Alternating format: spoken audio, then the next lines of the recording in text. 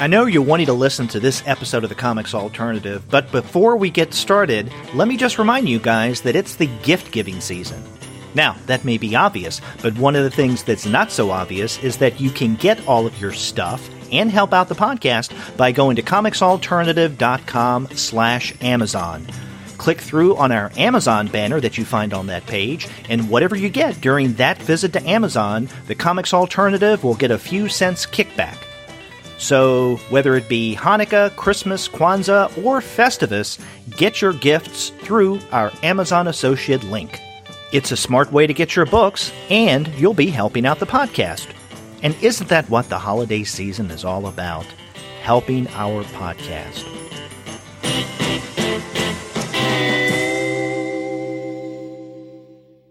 This is the Comics Alternative Interviews, another conversation with Tom Hart.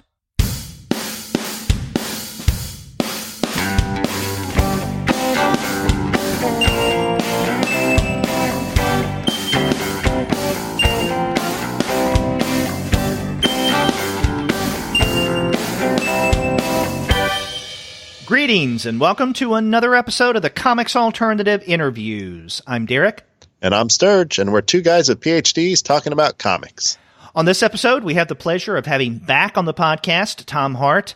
He has a new book that came out just last month called The Art of the Graphic Memoir, Tell Your Story, Change Your Life. And we really have a great time talking with Tom again.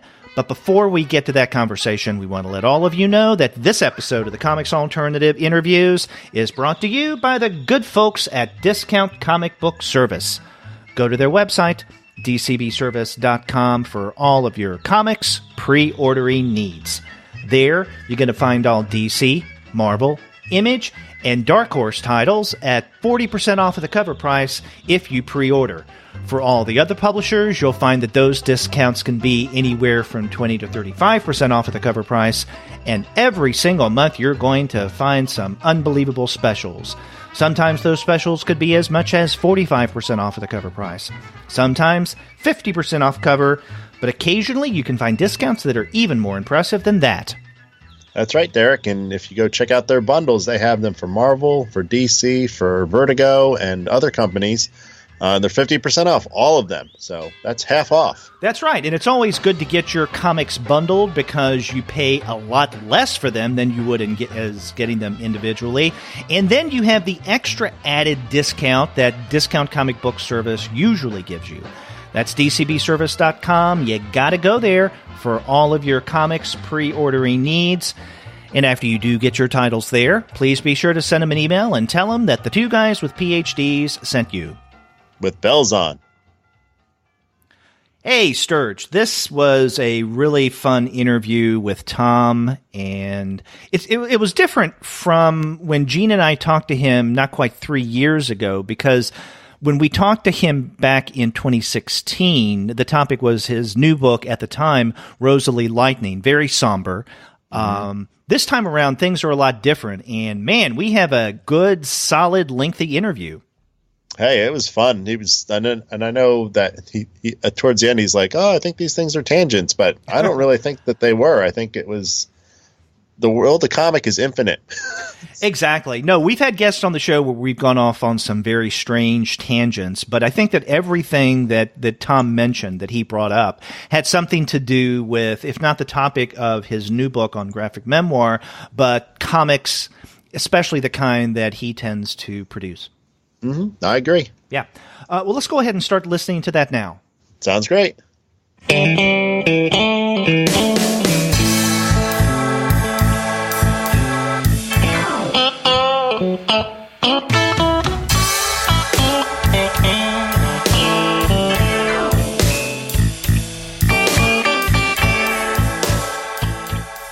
Hi, and welcome to the podcast, Tom Hart. Tom runs the Sequential Artists Workshop in Gainesville, Florida, and he's also the author of The Art of the Graphic Memoir, published last month from St. Martin's Griffin. Welcome to the podcast, Tom. Hey, guys. Thanks. Thank you. Yeah, welcome back to the show. As we were discussing briefly right before we turned on the mics, it's been almost exactly 3 years since you were last on the Comics Alternative, because Gene and I talked with you about your book at the time that it just come out, Rosalie Lightning. Mm-hmm. Yeah, that was January, right? Yeah, January of 2016. So no, it doesn't seem that long. Wow. It doesn't, but it's really good to have you back on the show.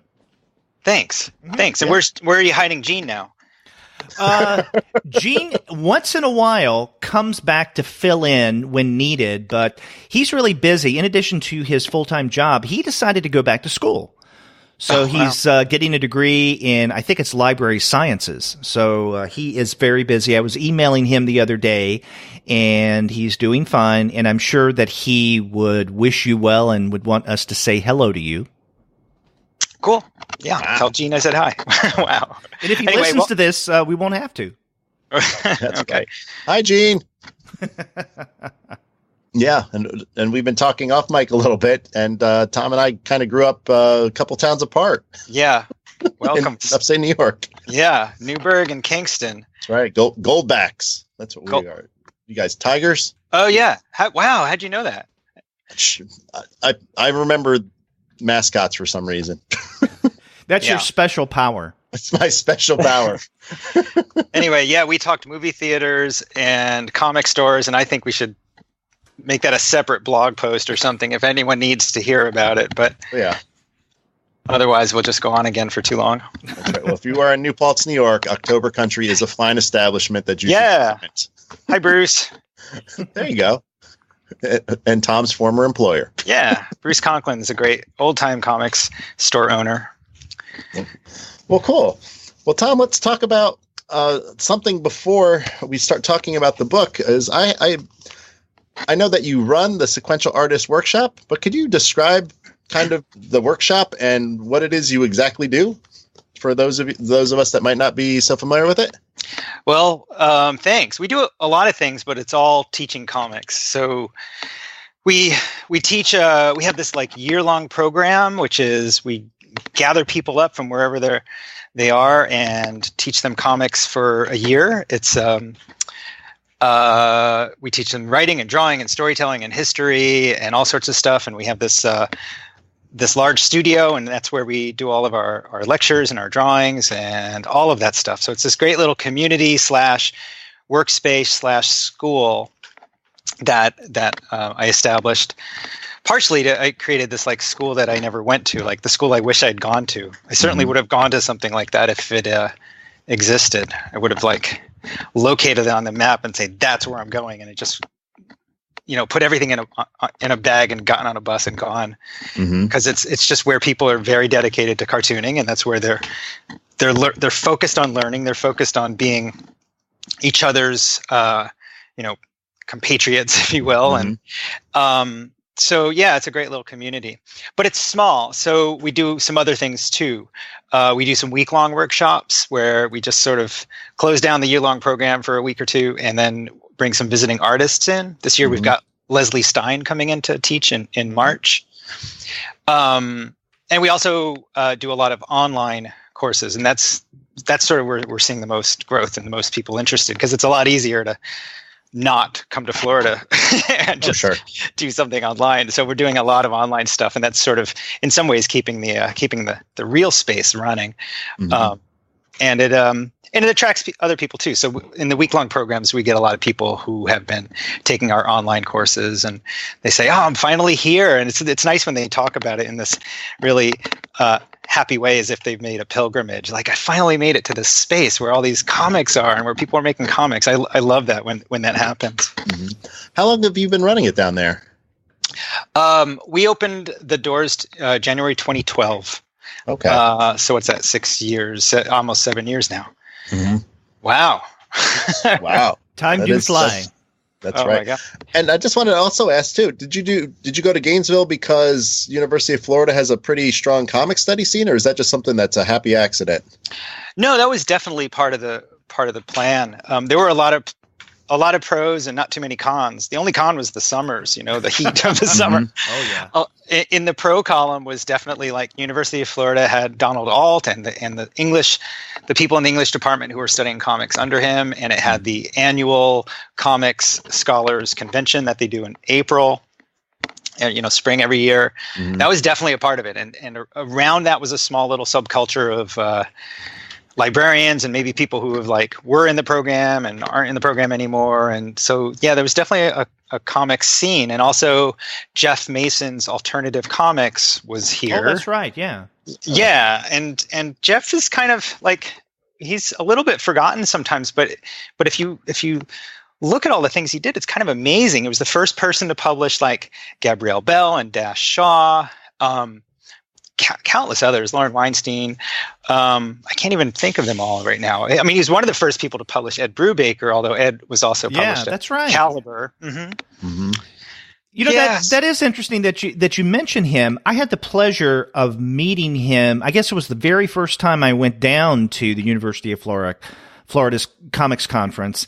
And this was, I guess, right before Mark Arsenault took over Alternative Comics, the press. And Mason was there at the conference. I didn't know who he was at the time until, I think, dinner on the last evening, because there's a lot of us who went out to dinner. And he started to hand out these free comics from Alternative Comics. And so this is who this guy is. And so I was always impressed with that. Yeah, he, for a long time he was very vivacious. He was really outgoing. He was a bit of a salesman, and just at one point he just kind of packed it all in, and so he doesn't do that anymore. But I think he really enjoyed that sort of impresario persona for a while, and so you just saw the trace of it at the end there. But yeah, so what happened was Mark Arsenault, who runs Wow Cool, bought the stock, bought the name, and I'm not really sure what Mark's doing right now with it.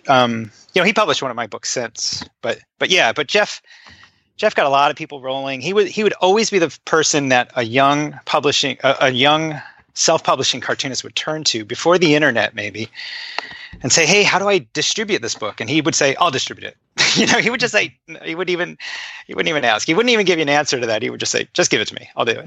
Because he really wanted to help, and he was a real benefactor for a lot of young cartoonists.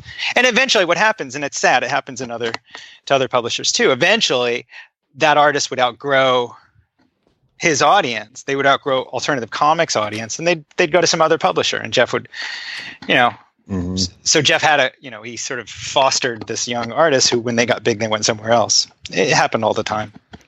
Well, talking about the Gainesville, Florida comics and comic study scene, you being down there and your work with Saw, maybe that's a good segue into this new book, The Art of the Graphic Memoir, Tell Your Story, Change Your Life is the subtitle.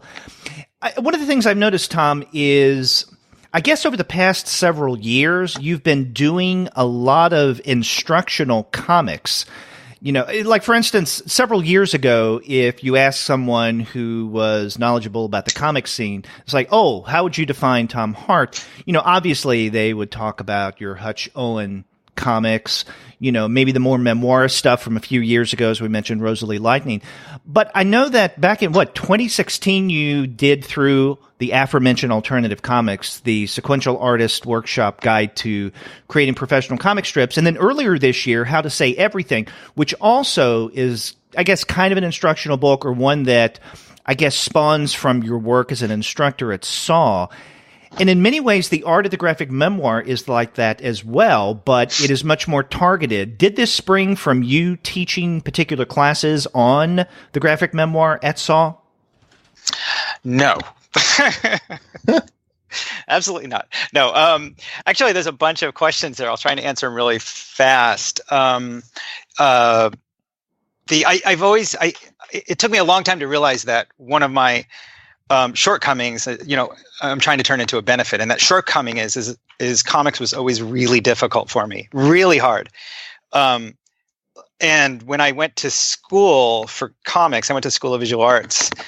And they were the only people with a comics program at the time, and all around me, people were like drawing, they were filling up sketchbooks, they were just making comics, and I was just dumbfounded because I grew up in Kingston, New York. We didn't have any culture. We didn't have any comics. We didn't. But no, it was very difficult for me, and so I had to learn the hard way. And I'm always tracking my steps when I sort of figure out how to proceed. Like when I figure out how comics work, or how to make something, or how to make something better, or something. I'm like recording it, and so I'm sort of, in a way that I made the school that I always wish I went to, I'm also making the books I wish I had. So all of those books you mentioned have served a particular purpose, particularly How to Say Everything.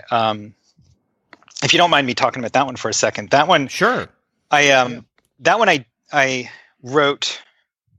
I did 3 or 4 years of comic strips on a mostly daily basis in 2000 and roughly 6 to 2008.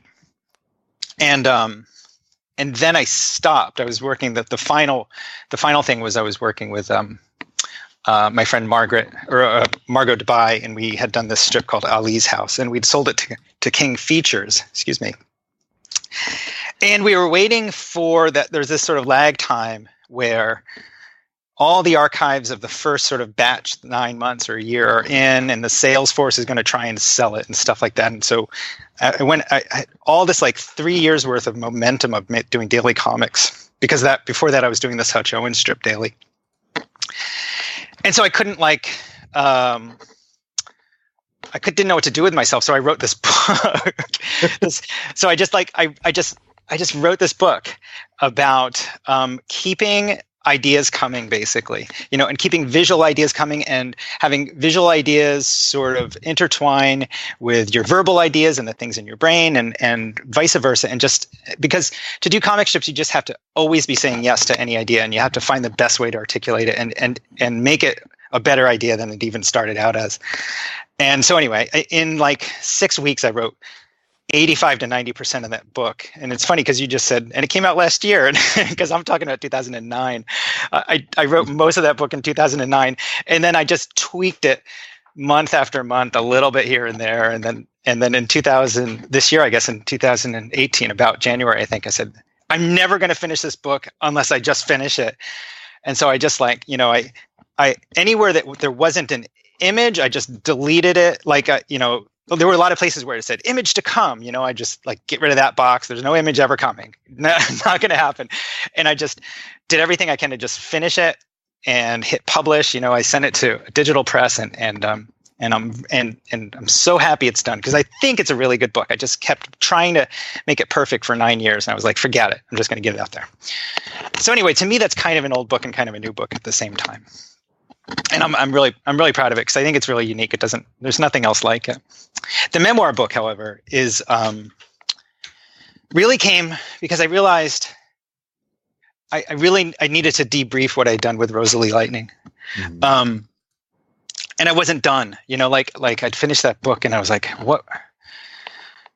I just wanted to reflect on the process itself, which can be really problematic if you just, I didn't want to get into a loop of autobiographical comics about autobiographical comics. And I really wanted to reflect on what had inspired me as I went along, and what processes I had gone through, some consciously, some slightly less consciously. And so I sat down and I broke it down into some of the steps I had gone through. I looked back at some of the things that had very consciously inspired me, like David B's Epileptic and the Alison Bechdel books, and Eddie Campbell's books. And then looked around for some other things that were like maybe on the periphery, things I'd taken in a little bit, but wasn't as affected by, but wanted to see how those could speak to me now, and what I was maybe subconsciously picking up on. And so I really just wanted to reflect on the process of making a graphic memoir, because I never in my life thought I would make one. So again, it's something I had to learn kind of the hard way, mm-hmm. by doing it in a very raw state. And so, yeah, it was just sort of like recording what I had gone through and trying to share it and show that and maybe demystify it a little, but also show that it's magical too. There's no how to draw. There's very little instruction. there's more like meditations. Here's how to think about it in a new way. Here's how to go a little bit deeper for material, but there's no like, here's how to compose your shots or any of that stuff. And that's one of the things I really appreciated about the art of the graphic memoirs, the fact that you did bring your own experiences into whatever points that you were making. And we should mention that there are, I guess, 9 chapters or 9 sections, steps, if you want to look at it that way, in the book. And each one is arranged to where you begin with, 3 examples of other memoir comics creators, and you point out the strengths of what they're doing and highlight those issues that you're bringing up in that particular chapter, whether it's about the visuals or the organization of the story or gathering the material or what have you.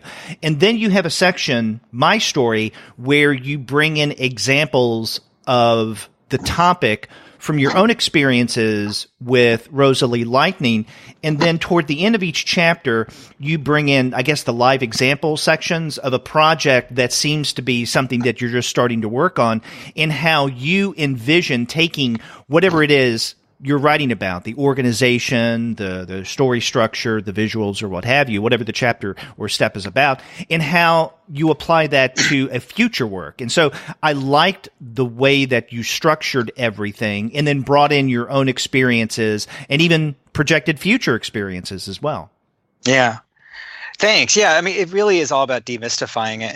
And again, I'm somebody who was always mystified. Like, I would be handed a book or I would see a movie or whatever, and it would just seem like this magical cultural artifact. And, eventually you realize people make these things, but you don't always get in on you don't always get that, that internal, that really sort of intimate, that intimate example where you can sit down and say, here's where I had to make this decision. Here's where it was hard. Here's where I didn't know what to do. Here's the array of choices I saw in front of me, and here's the way I took, and here's what got neglected as a result and stuff. So I really love those things that can demystify it and just make it seem like it's a human process. It's a human process. And to me, the book became more interesting the more it was about being present for your own journey in creating the book, like in creating a memoir, in other words. I really tried to say that you don't create a memoir because you have this story to tell. You create a memoir because you have this story to live through again, kind of. And being present for that second journey, being present for the second time you go through it is really important. And that's when you're changing your life. That's when you go from being the person who has gone through whatever to the person who's made it through. The division is when you complete that book, I think, or that project or that story, or manifest it in some way. And so to me, that was the important goal of it. That sort of revealed itself as I went along. The first version of this book, the first sort of outline and the sort of first draft didn't have the chapter called Change Your Life in there. It was only after a little bit more exploring and a little bit more sort of writing that I realized oh no, this is more about the journey of making a book, the journey of telling your story, and less about telling your story. So to me, one of the key books that I show, and I show about 25 or 6 or maybe even 27 graphic memoirs in here. To me, one of the key ones was the one called Why I Killed Peter in the Change Your Life section. And it's a harrowing book. And it, is about a man who is trying to confront this priest who had abused him in these ways that are very, very bad and transgressive and betrayal of trust and power. But what's great about the graphic memoir is in real time, towards the end of the book, because he's the writer, he and his artist go on this journey to complete the book. And it goes from these really great expressive drawings to these like really crude cell phone photos. And suddenly the book is done all with cell phone photos. And it's just like, here we are, we're going to put this book to rest. We're going to confront the monster in this book. And the only way to do it is with real documentation. And we've got, we're already 150 pages into the book. Here's where we are now, and here's how it's going to go. And there was just something about that past and that present when I reread that book, just the way those sat together and were so powerful, and the way and the immediacy of the climax of that book and the urgency made me realize that we can all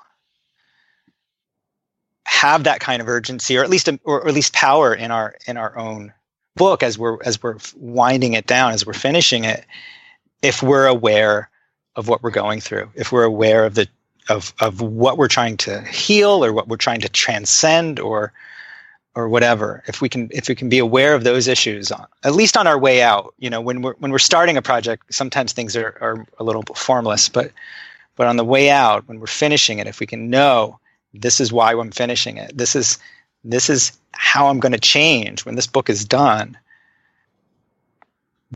That presence that you have when you do that can be really powerful. Yeah, I can't tell if that was an incredible tangent or not, but I think that was spot on. Oh, good. And I want to follow up a little bit with that, and also add some positive feedback for you here. I'll say it I'll say it that way. Say it clinically.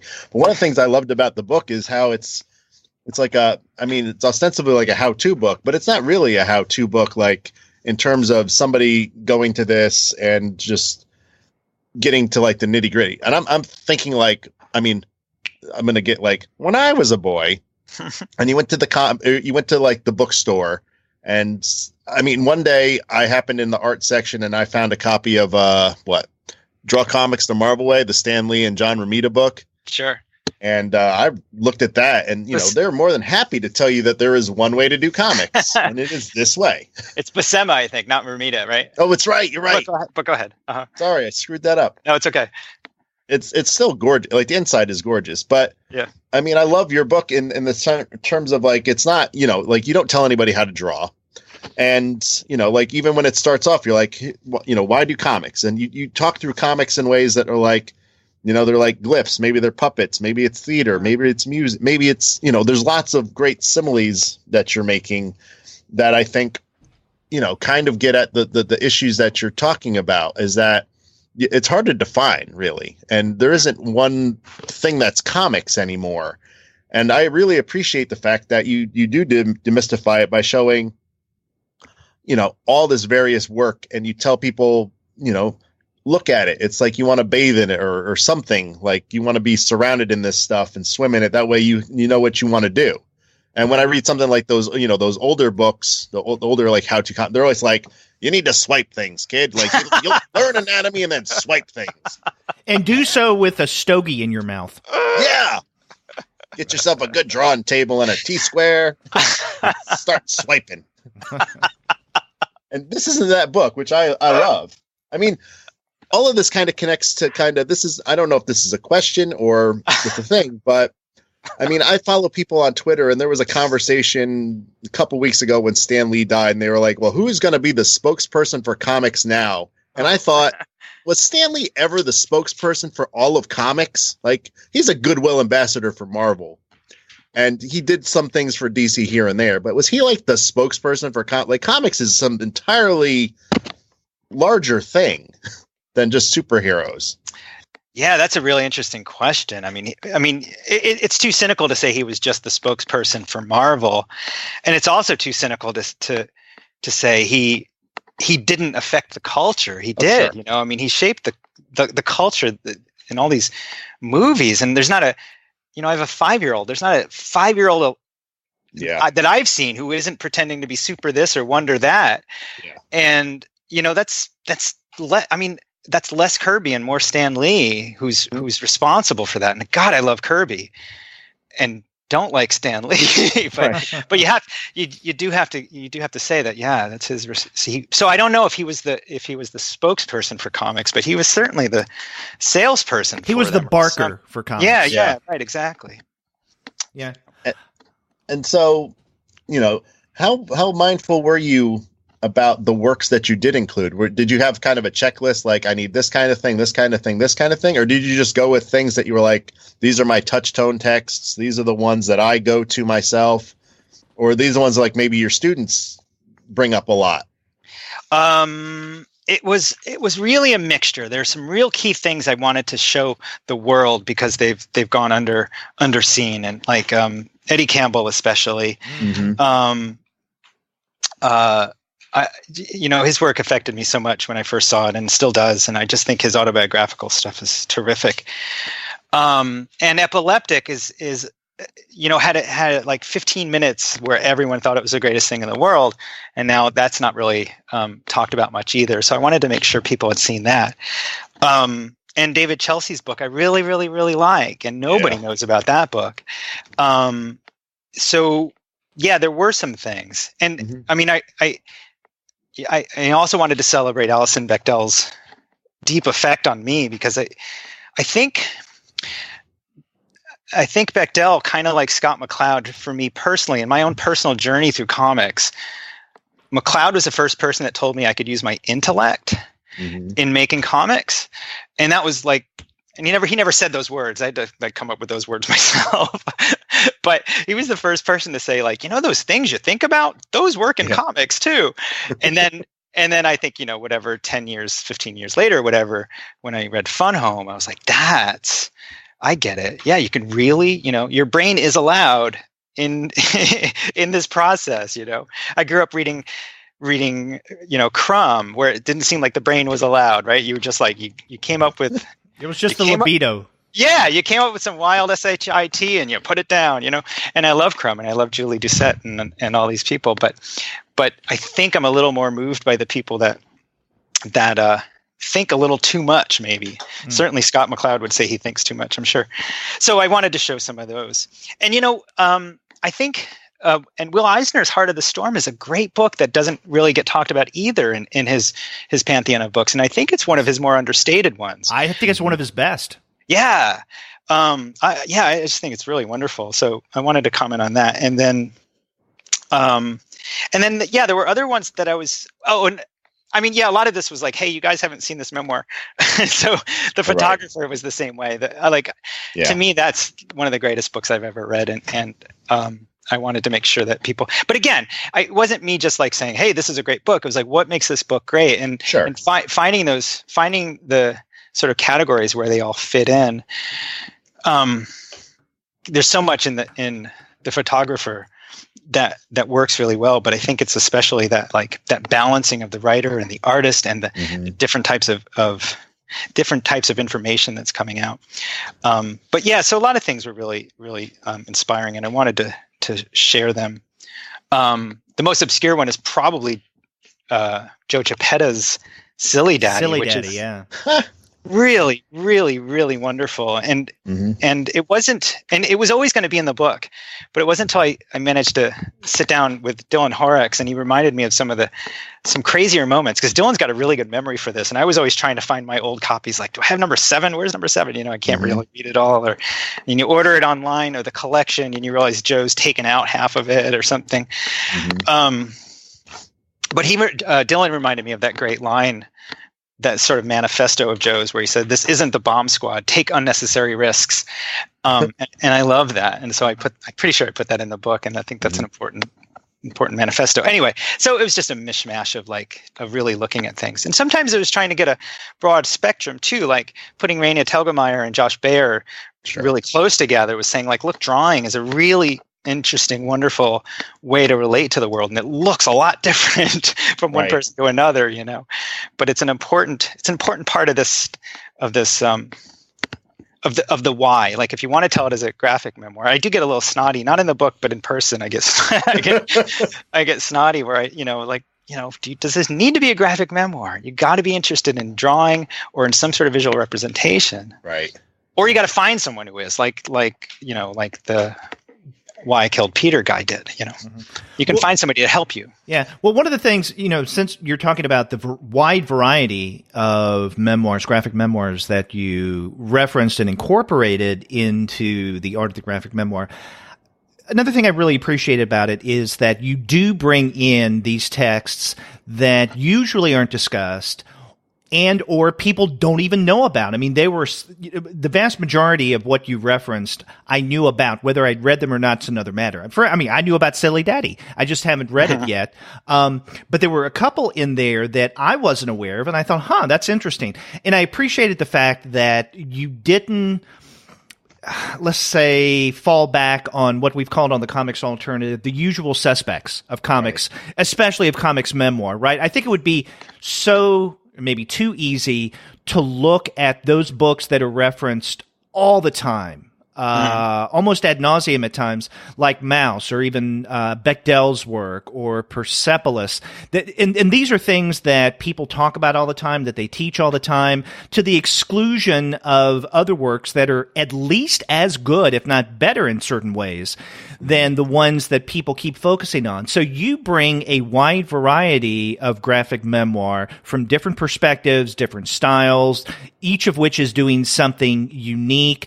And you highlight, depending on what your chapter or your lesson is about in the particular chapter, on how, let's say, you mentioned Telgemeier or Bayer or Eisner, how they utilize whatever it is that you wanted to discuss by way of example. So I appreciated the fact that you were quite eclectic in bringing together a wide variety of memoirists. Well, thanks. That comes from, both running my own school and being surrounded by this library, and also largely being off social media. So, and also living in Florida. So I'm removed and sort of ensconced in my own weird world. But some things come my way, like Judith Van Distendal's book, Dance by the Light of the Moon. I can't even remember where I first acquired it, but it was in my library, and I grew to love her stuff as soon as I saw it, but I'm not sure where I found it or how it wound up in the library or anything like that, but remarkable stuff. And so, I really wanted to share eclectic things like that. And I don't know what the usual suspects are. Well, I mean, what I mean by that is the things that people keep talking about and even teaching over and over again, because that's mostly what they know and what they hear other people talking about. Which, I mean, there's nothing wrong with those texts. It's just that's just the very tip of a much larger iceberg. And there's so many more works out there, comics, graphic memoir or otherwise, other genres, that deserve at least as much attention. Yeah. And again, I'm looking at this as an instructor, how do you tell your own story? But I was filtering it through, my own process. What did I go through? When I had to organize the material, what kind of options were available, so maybe because I had different goals, I went to different texts. But of course I did include Bechdel, and I did include Mouse, and I did, included Eisner. And, if I made this book a year later, I would have included T. Bowie's book, which I know is being talked about a lot too, That's right. And I'm sure that'll be on syllabi, for years to come, because that does a lot of things great too. But I was really happy to showcase Ken Dahl's book about herpes called Monsters, because very few people have seen it, and it does some really great visual things. And Carol Tyler's book should be talked about forever, as far as I'm concerned. And in fact, I want to ask you, real quick, if I could, since you mentioned Carol Tyler's A Soldier's Heart, I don't want to ask you, and I'm not going to ask you, which of these graphic memoirs was most moving to you. I came away after reading this book, The Art of the Graphic Memoir, that Tyler's work, you utilize more than the others in terms of examples and what it does. It seems at times you almost gush as to her style and the various ways you can approach A Soldier's Heart. And again, I'm not suggesting that was a favorite of yours, but it just, I guess more as an observation, it seemed that you talked about that one more than the others. Yeah, well, it's, I don't know, 600 pages or something. Maybe it's only 400. But it's a gargantuan task. If the thing I most want to gush about is her persistence in this, in the industry, in the art form, but also with that book in particular. It just had to get made, and she sacrificed so much, and she always has for this art form. And to me, like, I really wanted to send that message, was like, you got to tell this story. If you don't got to tell it, then read another book. but if you got to tell the story, here's I'm going to try and give you some inspiring lights, and definitely Carol is one of them, where, like, there's so many interesting things. Also, she's really forthcoming in imagery, but also ideas about the process of the book, and not the ideas about, like, well, here's how I made my inks and my, which she did do and which she does talk about, but more like in the ending, she's like, I was about to give up, and I was on the road, and this tractor trailer, jackknifed and flipped over in front of me, and the guy got out of it, and I said, if he can get out of this, I can get out of this. I can make this book. She's got stories like that where like she just had to summon those forces. She had to realize, like, she was in this story, and she had to get out of the story by finishing it, and so things like that were really inspiring. So Carol's got a few different ways in which you can approach her work, but and the ways in which she's inspiring. But again, I mean, like, as a craftsperson, she built her own studio. She said, I needed different shelving for this project, so I built my own studio. And she slept on the floor for half of the project because I can't even remember why. She's just dedicated. I love that. But all these books are my favorite. They're all your favorite. That's nice. That's one of the things that occurs to me too, reading through this book, is that in a lot of ways it's an instructional book, but it's also kind of maybe not a journal, but it's kind of a record of the things that you have taken from various texts, like your reading lists and how you've interacted and what you take from their work to kind of contribute to your work in comics and also in teaching. And I'm wondering, is there something that isn't in this book that you were dead set on having in here, or it just didn't end up in this book for some reason? Oh, that's a good question. I'm not really sure. I mean, there are, there are more raw things that I really like that maybe don't make it in. Like Glenn Dakin has done a lot of autobiographical work. He's an old fan or favorite of mine, and an old friend of Eddie Campbell's. And some of his work is pseudo-autobiographical and some isn't. And that it's, I don't know. I've never been able to talk about his work very well, to be honest. And, or more slightly diary-like stuff. Like, I mean, I was able to talk about Gabrielle Bell's, but there's a French woman who's no longer with us who I liked, named Jay Mannix. And I really like her, this like chunky cartoony style and this sort of direct manner that she does it in, but stuff like that didn't really make it in. But I'm not really sure. It's funny. I actually really like autobiographical comics. When I went back and reread the first Twisted Sisters collection, I realized it's almost all autobiography, when my memory of it was that it was a mixture of fiction and autobiography, in the same way that like maybe an issue of Weirdo would be or something. But it's almost 98% autobiography. And so none of that stuff really made it in. Small things didn't make it in, so there's no, there's no, there's none of, I'm trying to think of who did small pieces in there. Like, Penny Van Horn, for instance, is all over Twisted Sisters, but never really did a large piece, just a lot of little ones. So yeah, I did focus on people who had books, collections. And what was the rights issue like to get all these various works in here? Was that a nightmare? Yeah, the less said about that, the better. Okay. I just asked a lot of people. I called in some favors here and there, and there were a couple that are a couple frustrating parts. I'm just impressed. I mean, the range of things in here is incredible. Like you said, like there's some you and Derek have been talking about too. I mean, there's some very, like forgotten classics maybe, or something like that, or Silly Daddy is actually a book that I remember reading. I have some of those too, and I'm the David Chelsea book I had totally forgotten about, but at one point I was like, oh yeah, that was a great book. Yeah, that's a really, really charming book, and there weren't a lot of memoirs when that book came out. Right. There are the more slightly mainstream ones. I wish I would have gone back and Sam Glanzman did a book called A Sailor's Life or something. Do you know Sam Glanzman? He was an old Marvel artist for, it was on my to-do list, was to pick that up and go back and see, because there weren't a lot of memoirs. But I didn't. I think because I just couldn't find it, and I didn't bother to eBay it or something. I thought we had a copy and stuff like that. But the David Chelsea books are early, and there weren't a lot, not with that level of ambition, I don't think. So what's it like curating a library? Like, how do you find things? Are you the primary searcher for the books that you incorporate at SAW, or how does that work?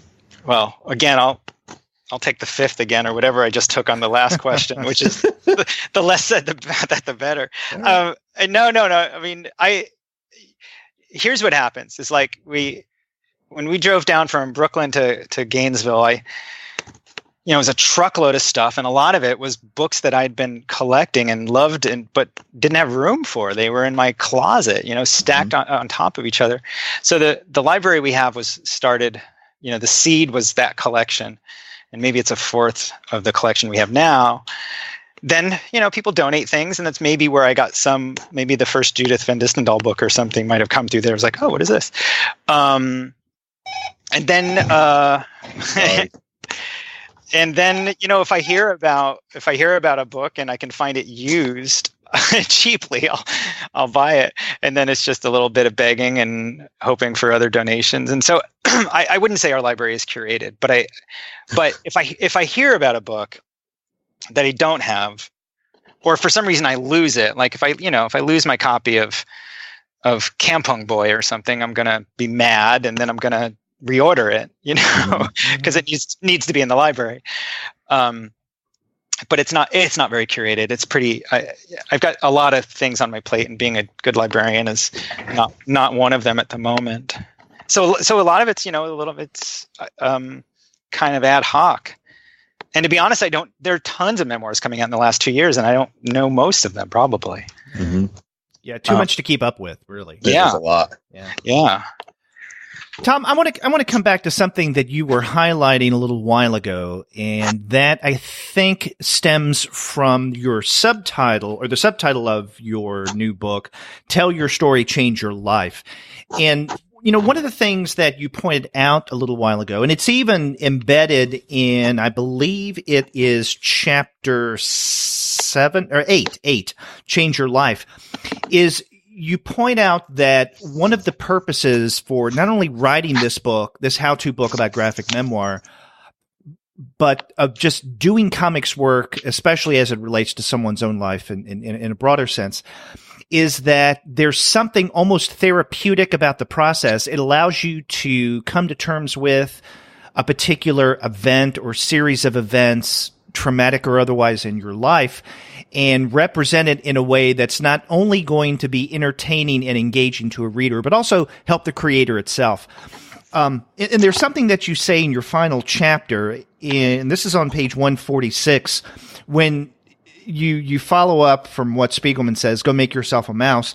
There's one statement. If there's one point to this section, it's that the act of making your book or project or story shouldn't merely be one of telling a story. It should change you. And, I agree with that 100%.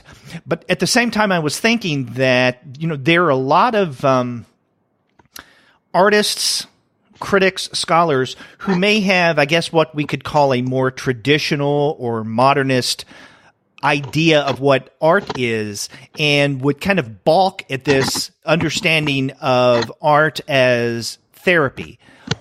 And they wouldn't take a psychological approach to creating a work, whether it be a graphic memoir or another medium.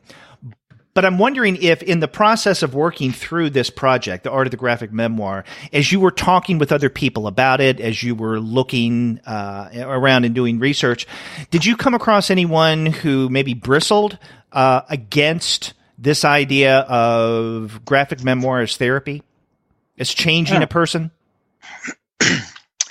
Well, I didn't really talk about it with the people whose books I reviewed, if that's what you mean. But I tried to pull examples where I felt like I could see that happening anyway. And I don't know, I can't really speak about, for instance, Will Eisner, whose process and relationship with the medium was so different than mine. And by the way, I never used the word therapy, I don't think. No, that was mine. That was mine. Yeah. And it's not that I wouldn't. I'm just not sure I 100% know the definition of it. But it is a book for artists. It's a book for people who have this drive or desire, or maybe even nascent belief that they should tell their story. And it's more of a way to sort of help them focus that energy and know what they're doing. There are lots of ways to enjoy stories in the world. I just watched Pedro Almodovar's Julieta for the second time, and it's magnificent. And I have no idea if making that movie changed him or not. I'm so glad he made it, though, and as I am with all of his movies. So it's not imperative for every storyteller to be changed but I think any sort of process you go through that takes a little bit of time and a little bit of energy is going to change you a little bit. I think something as potentially powerful as an autobiographical story, which is going to probably take you longer to tell it than you lived it, that could be different, but it's probably going to change you in certain ways. And I just wanted to sort of draw attention to that and discuss it. You come out the other end a different person, whether you're, and there's simplistic ways to talk about it. You could say you come out more confident. You could say you just come out healed or something like that. And those are probably too simplistic, but they're variations on it. The truth is you should come out stronger, I think. Anything you endeavor to undertake for a while, if it's even editing this podcast when we're done talking, hopefully you'll come out stronger after that extra hour you spend editing it together and all that stuff. So, I just really want to focus on that. And I don't get too caught up, and I'm not really aware of the academic / traditional ways of looking at story. I am largely looking at it from a practitioner's standpoint, and even to some degree at the potential practitioner's standpoint.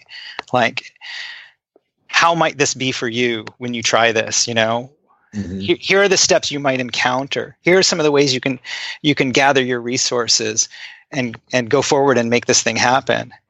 That's who the book's for.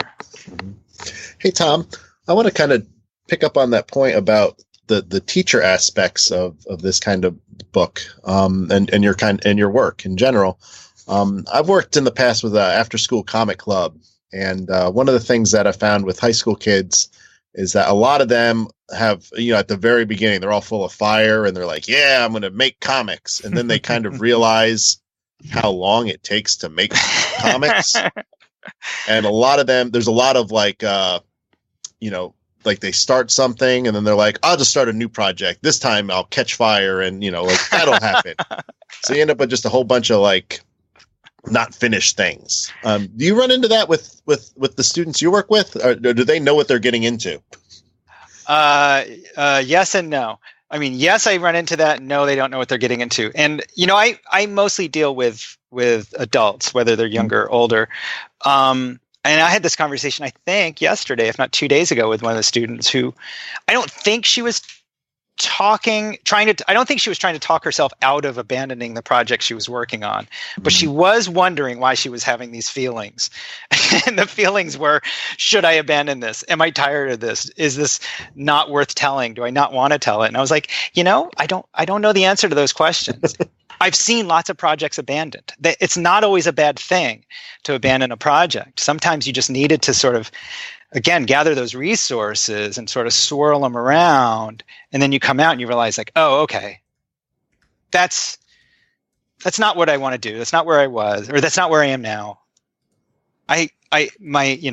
In simpler terms, my head was bigger than my abilities, which it often happens. You're like, I'm going to tell a 300-page story, and it just, and if I do a page a day, I'll be done in less than a year. Whereas, you're not realizing all the other forces, which are that you get bored after page 3 of drawing the same character, or whatever, any number of things. So, I try to, that's actually a struggle for me, because in the book, actually, there's a chapter called finishing, and there's actually a part where I say, if you need to redefine finishing, then do it. Maybe finishing isn't putting the cap on the ink or pressing power off on the computer or whatever, and page 200 is done, and then shipping it to a printer or something. Maybe finishing is saying, now I understand it. It really helped to get this far. I'm going to put it in a drawer, and I'm going to talk about it in different ways now. I'm going to share it or maybe I'm going to share it in a new way now. So abandoning a project isn't always a bad thing. But again, I talk about going through the process, right? Going through the process of finishing it.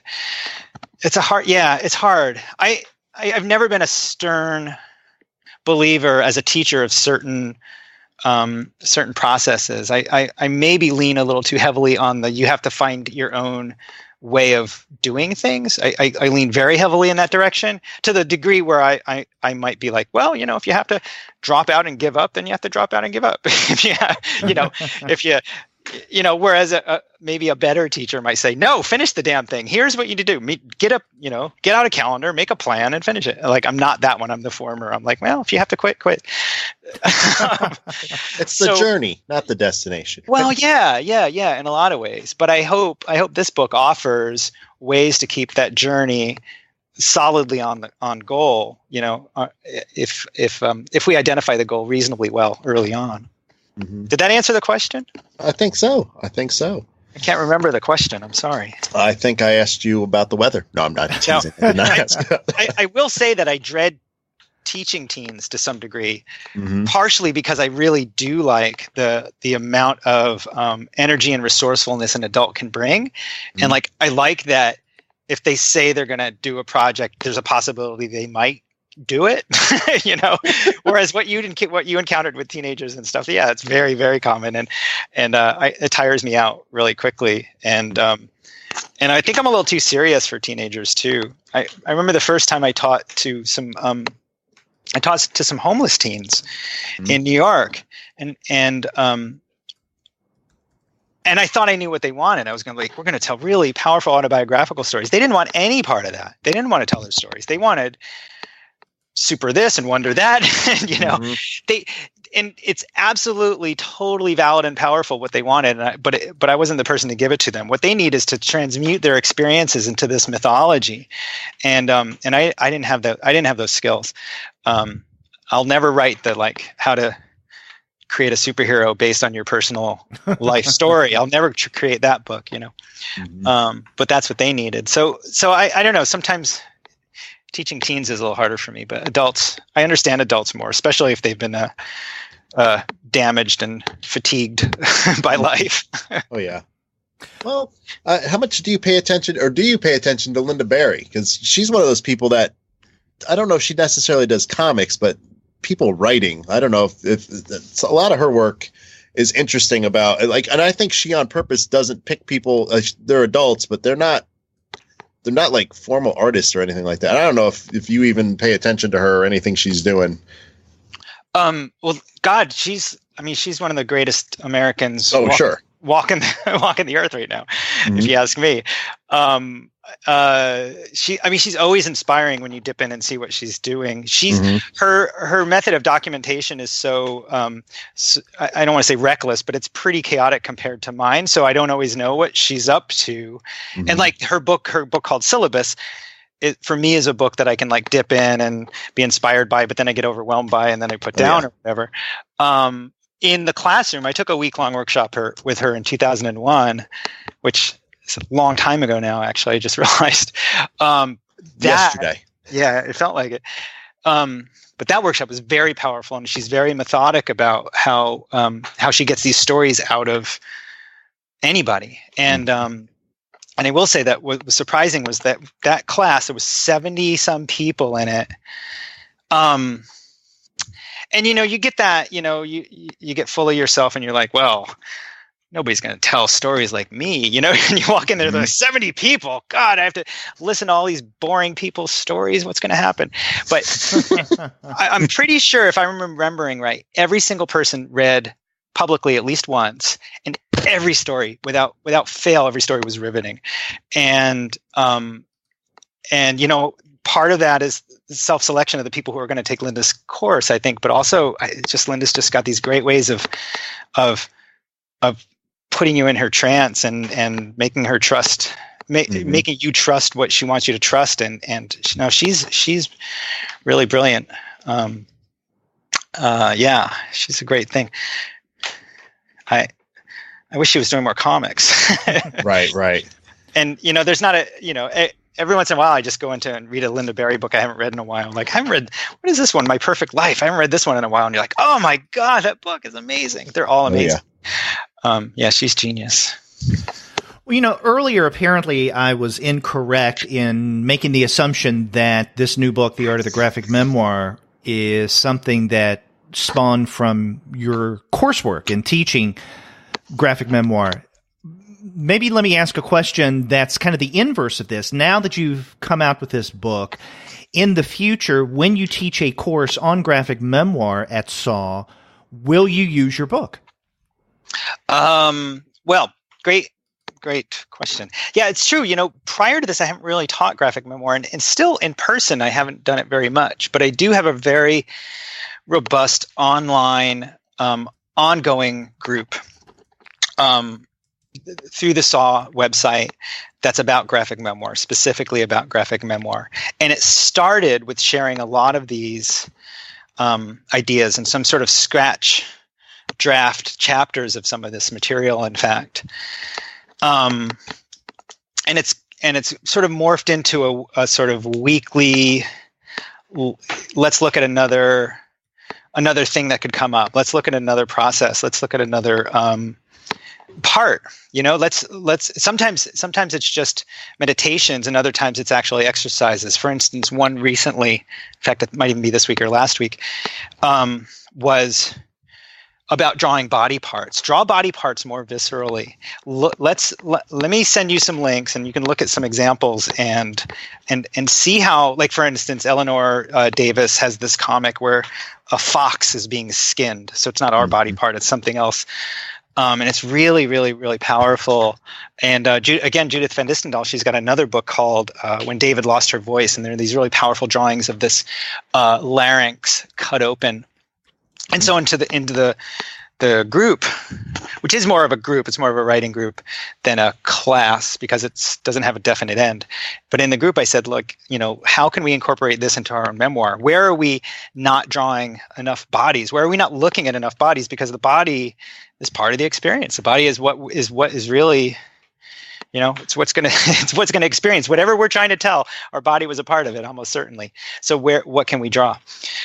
So that's the kind of thing that happens in the graphic memoir group, and that's not in the book at all. But occasionally we do go. I do go back and say, okay, let's look again at organizing the stuff, the material, or let's actually just this week. Somewhere in the book I mentioned, like, when you're starting, maybe try out a sample that's separate, right? Find something that's related but different, and just try and get the momentum going, right? So you're not like taking a part of this big, massive book that you're dreaming about, but you're just trying some other thing and it's small and it's related, but just see if you can get started with that. And just this week, today, in fact, a student said, I just got this opportunity from this anthology to do something, and I realized there's something related to my memoir that could go there, so I'm going to do that. And so that came up, and so we just sort of like, talk about those things. So I don't really teach, aside from that. Graphic Memoir group is really, really robust, and I do have an online course that's self-guided. So in other words, I don't really respond. There's another small Graphic Memoir group that's mostly ideas in the book, with some video and some PDFs and stuff. But I've never really taught it in person, to be honest. And I teach comics in general, and so a lot of times some stories will be like, well, this is something that happened to me, right? Or this is a story I've been wanting to tell that is from my childhood. So those stories happen all the time, and it just becomes, all right, well, let's look at how some of some of the things that I know about memoir can serve you right now. But that's a little bit, that just depends on from student to student. Well, do you plan on continuing to do what you have been doing over the past several years, and that is creating comics where there is some kind of instructional method to it, as opposed to, let's say, fiction strips or what have you? I'm glad you asked that. Sorry. We just keep going. If you're a creator and you have a certain kind of like blind forward momentum that I sometimes have, you have to look back every once in a while and say, what am I doing? And what am I doing that's like similar, right? What's begging to be put into focus? And so I have done what you just said twice, where I've made these instructional books, but I've also put stories that are sort of guided by the instructions in there. And I have been thinking that there's some sort of permutation of that needs to happen someday, and I'm not sure what it is. I don't think I want to do exactly that same thing again.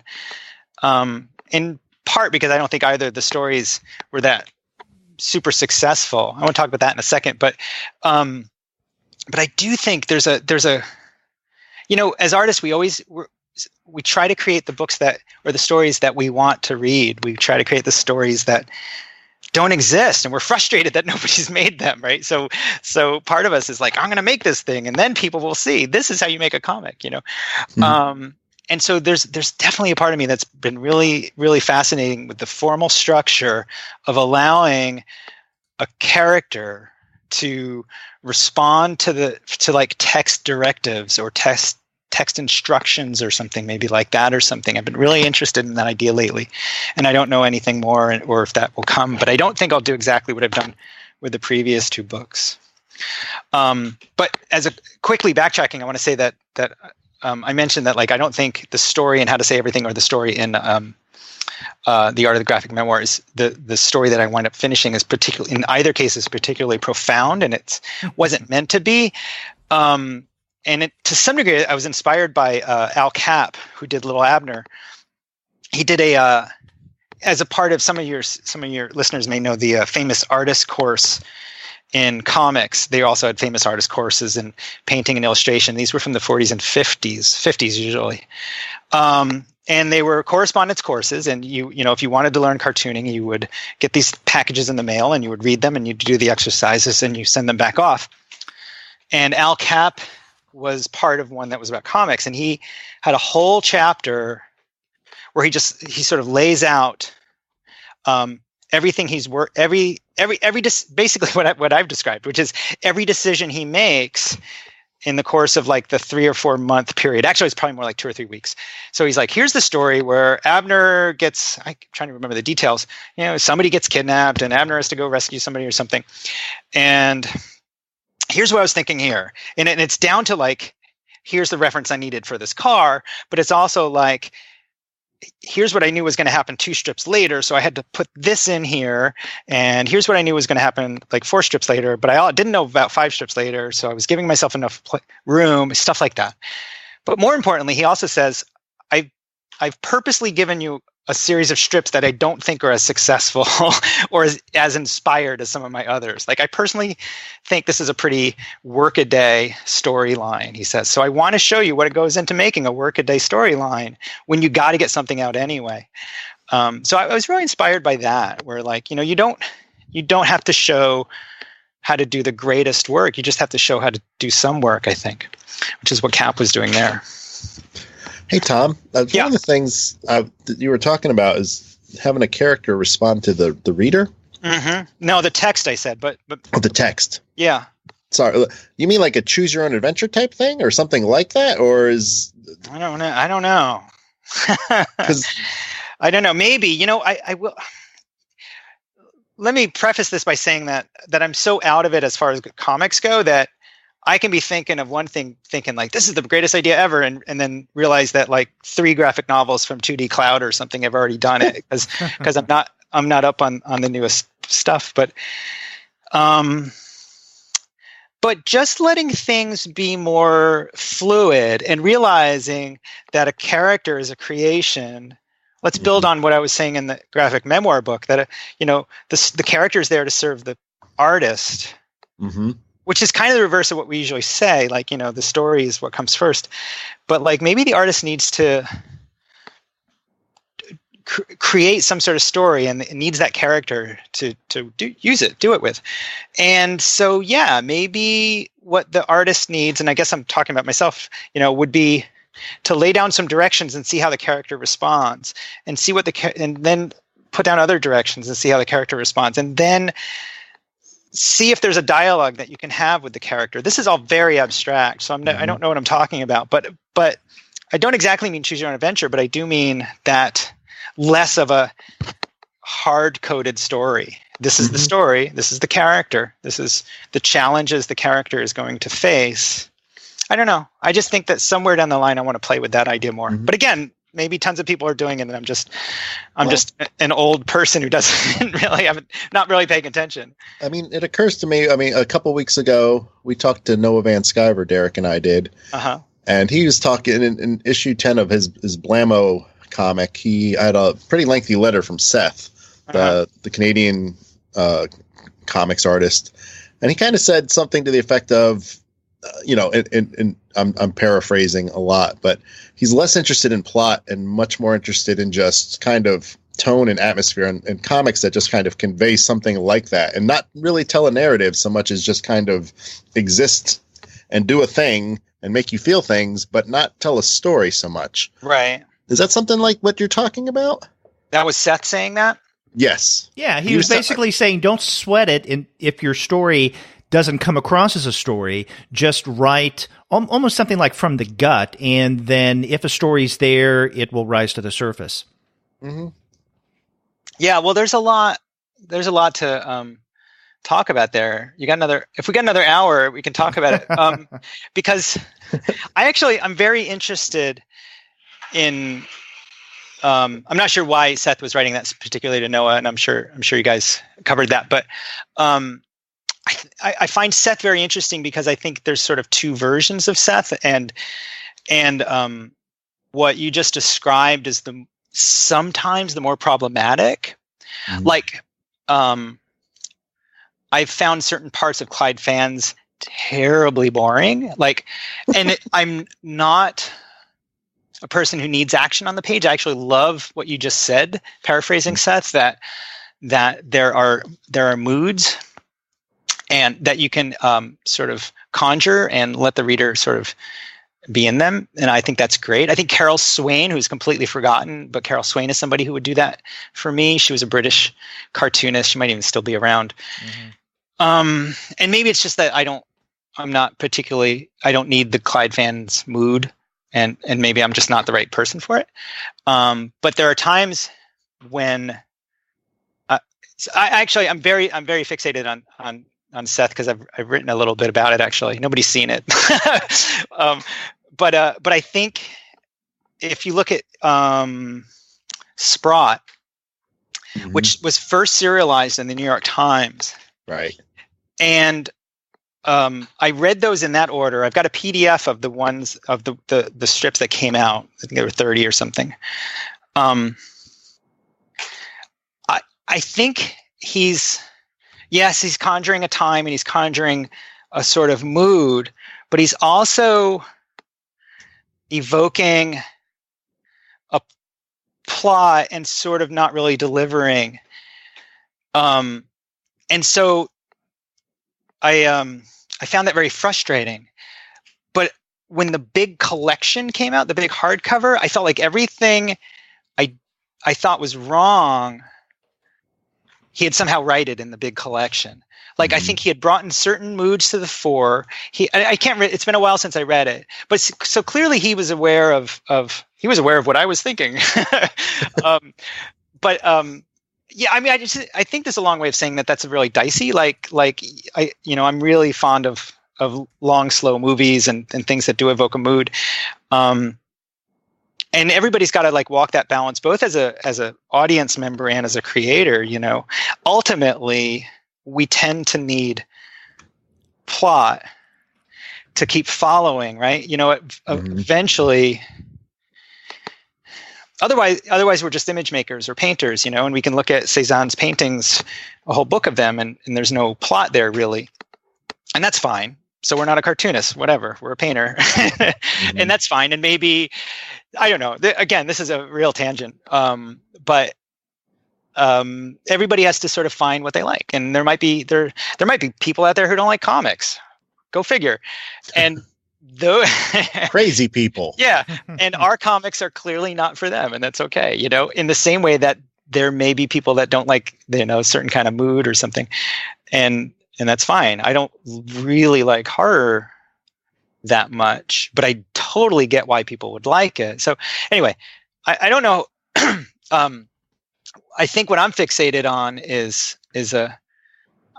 I'm fixated on characters that, how I was talking about Scott McCloud and how he told me that the intellect can be a part of the process, and then how I saw that deepened and really strengthened in Alison Bechdel's work. I think what I'm interested in is like making that dialogue even more, I don't know, more specific in some way that maybe is only of interest to me. So it's less about mood and not exactly a choose your own adventure, but definitely a very definite dialogue between what's on the page and what is compelling me as a person. It's just long-winded. Hey. So you're not really interested in doing something like that electronically? You're sticking to the page. You're never gonna. I just want to ask because I know that there's a lot of web-based comics nowadays that do interesting things. But do you have any interest in ever going that area, or you're old school? I don't know. Send me some links. Everybody's got their own obstacles, right? And everybody's got their own life that throws things their way. And one thing I know I'm noticing about myself is that social media and the internet makes me crazy. And so I try to avoid it because I don't like the feeling. And so, it doesn't mean I don't like the internet or any kind of digital product at all. But I think I'm very interested in slowing down, and I'm very interested right now in my ink and pen. And I used to love writing on the computer, but I don't even seem to like that anymore. So like I'm writing a little more by hand on paper, but I'm not doing it enough. Like even that as like, I don't know. But so if I say no, I don't plan on doing anything like that on the web. It's not because I hate the web. It's just because my life needs to slow down, and the web makes. You're not a Luddite, in other words. Yeah. Right. Yeah. Well, you ask us to send you links. Actually, what you could do, we have a monthly series on the Comics Alternative specifically devoted to webcomics, where every month we'll look at 3 webcomics, 2 current and ongoing, and 1 already completed. So you could subscribe to the Comics Alternative, listen to those webcomic shows, and learn a lot about webcomics. Going there right now. Yeah. How's that for plugging the show? Yeah, I like that. Yeah. No, I think you even mentioned that a while back, and I had missed it. So I'll plug it to my students too. Yeah. All right. So. And I'm not trying to push you into the technology world. It just occurs to me that it sounds like you're wanting to do some interesting things and to mess around. And I'm like, we'll give you a bigger playground to mess around in, maybe. Yeah, another thing about technology, I don't know how much of this is interesting to anybody, but I'm slightly old enough to have lived through a couple eras of technology now. And I don't mean 8-track tapes. I mean, like when I started working in the internet in 2000, we were always chasing the new technology and always trying to make a web browser do something it wasn't designed to do. And we were always like, I was in advertising for a little while, and that just got tiring. But not only tiring, the rewards were none. Like the rewards of telling a story on paper were greater than making a browser do something it's going to do in 2 years anyway. Like, so part of me doesn't like if it's about technology being a part of the wow factor, I really bristle at it. But I also realize that is a recipe to be a real curmudgeon, and I don't want to be that either. So yeah, I'm actually really excited to go to your site and check those out. I'm sorry I haven't been. Hey, no, that's okay. There's only so much that anyone can keep up with in this world. Right. Yeah, and you've got classes to teach and books to write. And a 5-year-old to chase. Yeah. And also, everybody, another drawback of the information age and everything being at our fingertips is like, and I see this with my students, but I also see it with myself. If you have an idea and you're like, I want to explore that idea, you don't want somebody to say that's been done. And because it doesn't matter if it's been done. You don't want to say, oh, yeah, that's just this thing. It's over there. You can already see it. Like what? And we didn't used to have that problem, right? Right. If all that was available was what was in front of us, or if we managed to get to the library or whatever, then we can explore these notions, these ideas that come up in our heads, and say, finish me, make me manifest, do something with this idea.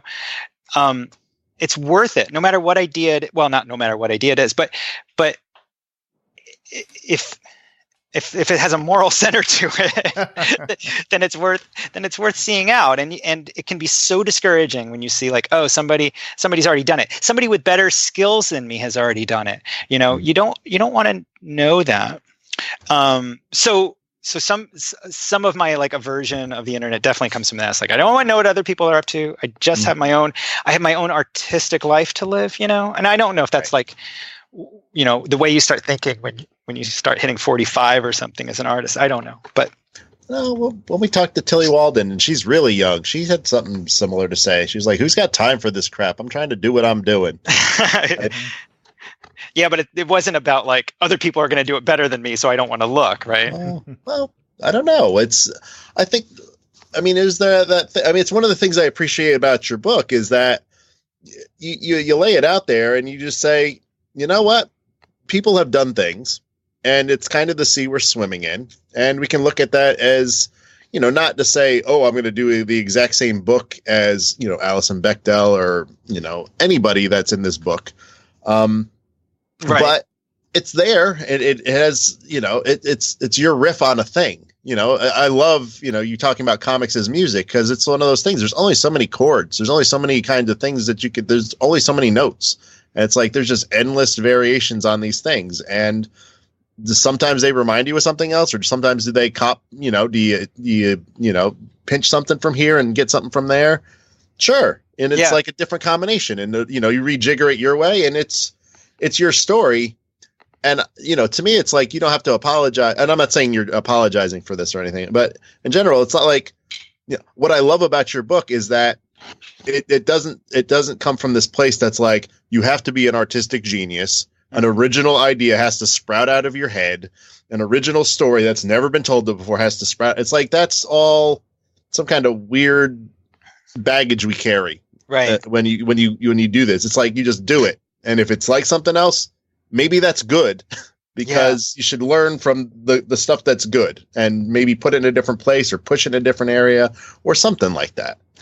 Yeah, absolutely. And let it be a source of strength that you're pulling ideas from the culture, the ideas that are, that you've reflected on the culture a little bit and you're trying to sort of be a part of it and contribute to it and shape it in a new way maybe or whatever. Yeah, it's hard. That's a hard balance, but I absolutely believe that has to be the way you go about it. If you just are going to try and be a genius in the information age, forget it. Oh, yeah. Yeah. Well, Tom, is there anything right now that you're currently working on, memoir related or otherwise, that you can tell us about? Yes. Okay. I hope this has been I'm very grateful for this talk. Thank you so much. And it's been very tangential and you've managed to let me get a lot of my happier things to talk about in there, but that's what we're all about, the happiness. That's right. So I hope we're not taking your readers or your listeners' attention too much, but I will say that I'm really excited to be working on this weekly strip, which almost nobody's seen, and I'll talk about that in a minute. Which is called it's called B is Dying. B is the character's name, and in it, it's a 6-panel strip, but there's always a panel before and a panel after. And in it, a character who has been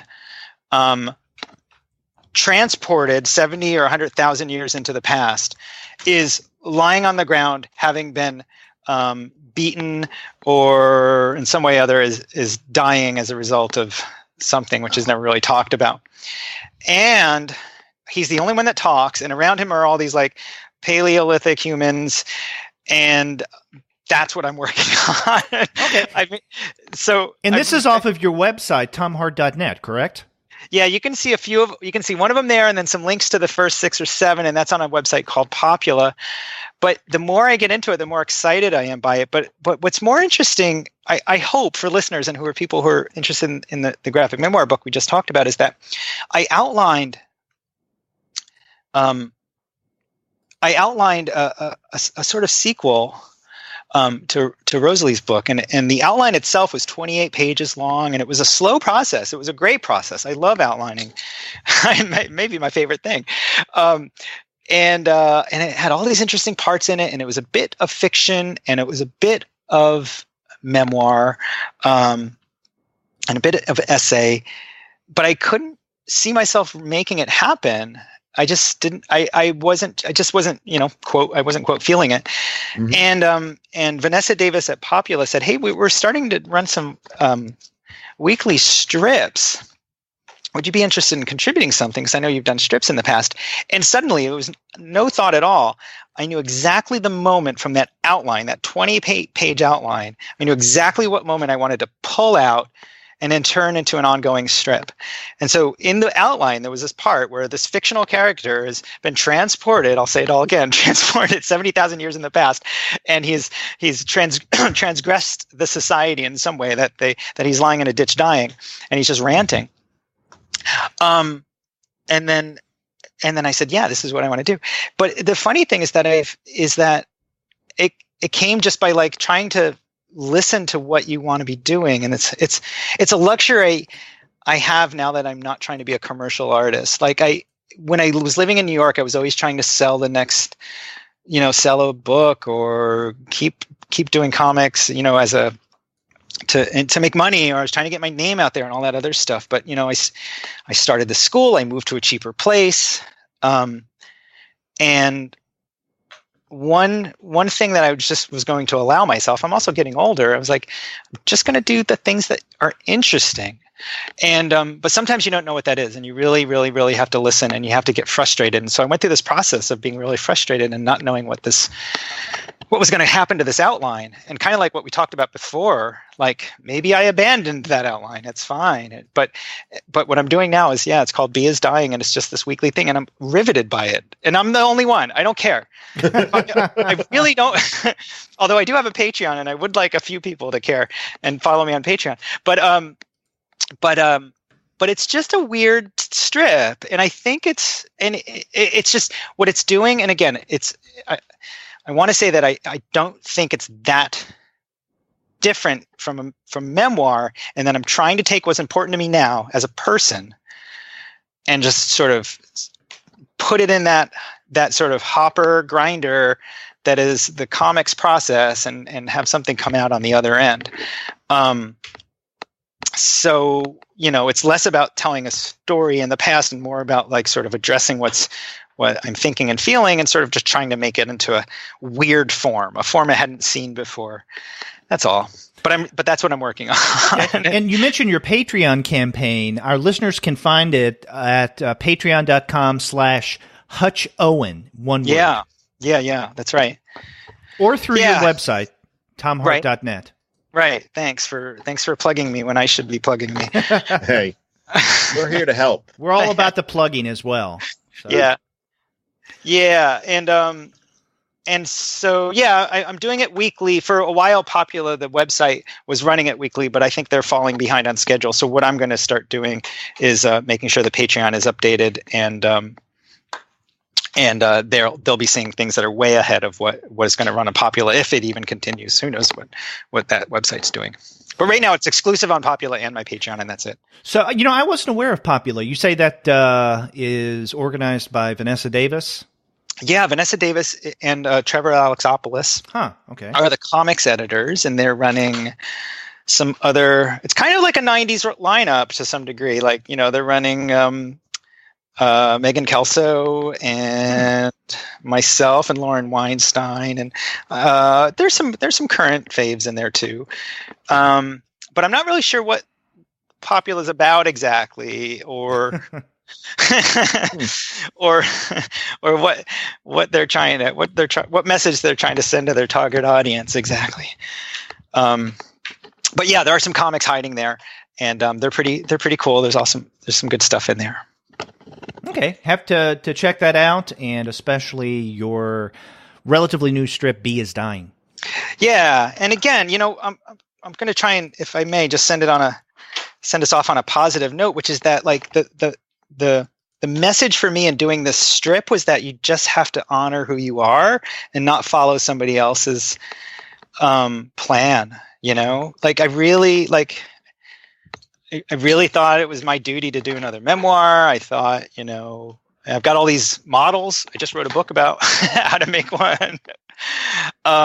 Or something serious or something grand, and then just sort of like putting the brakes on certain kinds of ambition, and just sort of like listening to what is exciting and what seems to make sense to my artistic self. I just wound up with this crazy thing. And again, I'm going to say that nobody is going to get, but that's okay. I think we'll see. Okay. We'll talk in a year. I'll be like, oh, that thing, forget it. B is dead. That was that was a waste. Well, you mentioned talk with us about this in another year. We look forward to having you back on the show for a third time. But we really do appreciate you taking the time today to talk with us about your new book that came out last month, The Art of the Graphic Memoir. Tell your story, change your life. Thanks. This has been really, really wonderful. I really appreciate it. Yeah, we had a good time. All right. Thanks. All right. Thanks, Tom. Okay. Bye, guys.